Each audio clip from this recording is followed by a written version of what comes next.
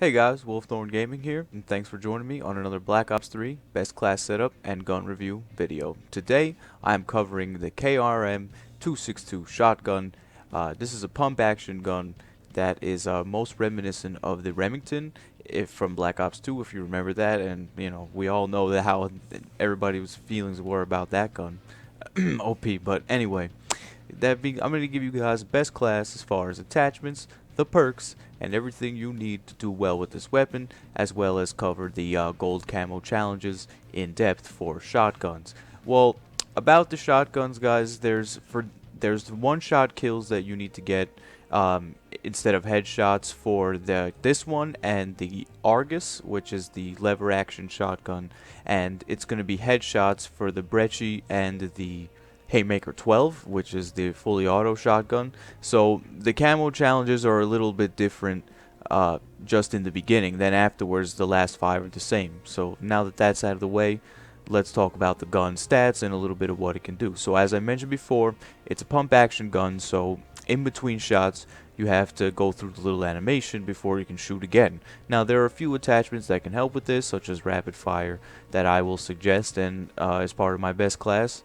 The damage is the best part about this gun. It's a one-shot kill at, a decent enough range. Like, if you're close enough to your opponent, as long as you hit them with mostly all the pellets or they're not too far away, you should be getting one-shot kills predominantly most of the time, especially with some of the attachments that I'm going to suggest for the class setup.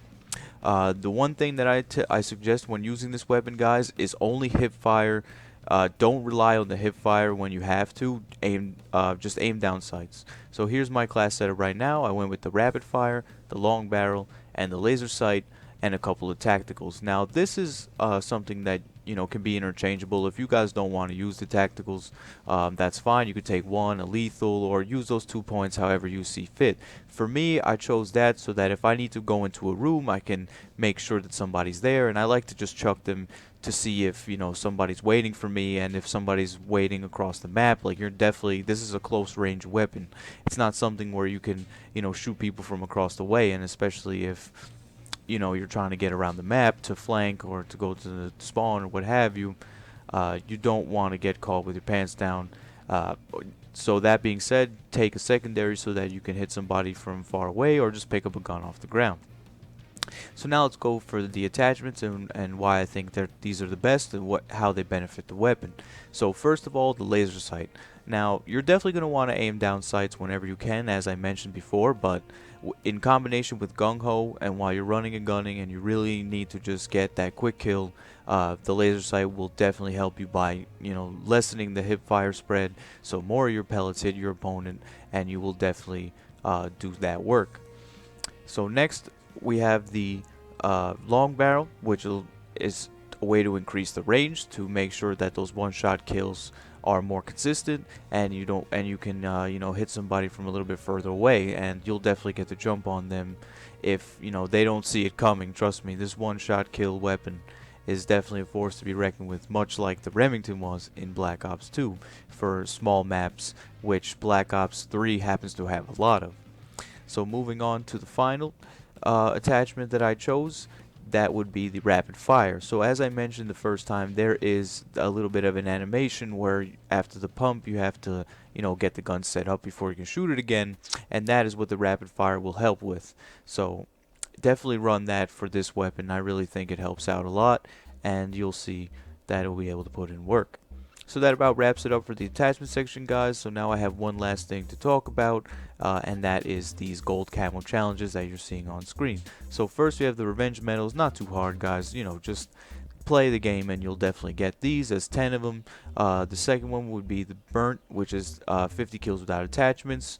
Again, as by playing. Now the bloodthirsties was something that was really frustrating. If I have to make any suggestion on doing this, that would be going into Nuketown, 24/7 playlist, and the Chaos Mosh Pit rather, and just flank around and do that. And you'll definitely get the double kill challenges for the battle camo done easily just by playing, and 50 kills with the 5 attachments in an optic is actually really fun to do also, and it was probably one of the more easier ones.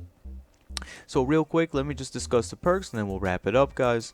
I chose Ghost for flanking and staying off the radar. Also, it keeps you off the radar when you're using a controlled airstreak or score streak like the Dart or Talon or whatever.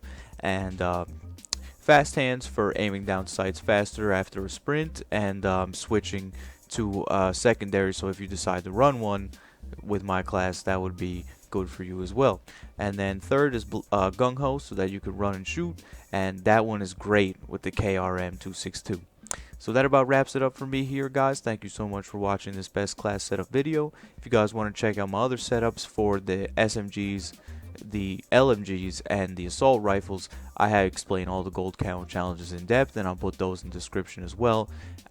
Thanks for watching again. I'll see you guys later. Have a great weekend. Take care and peace.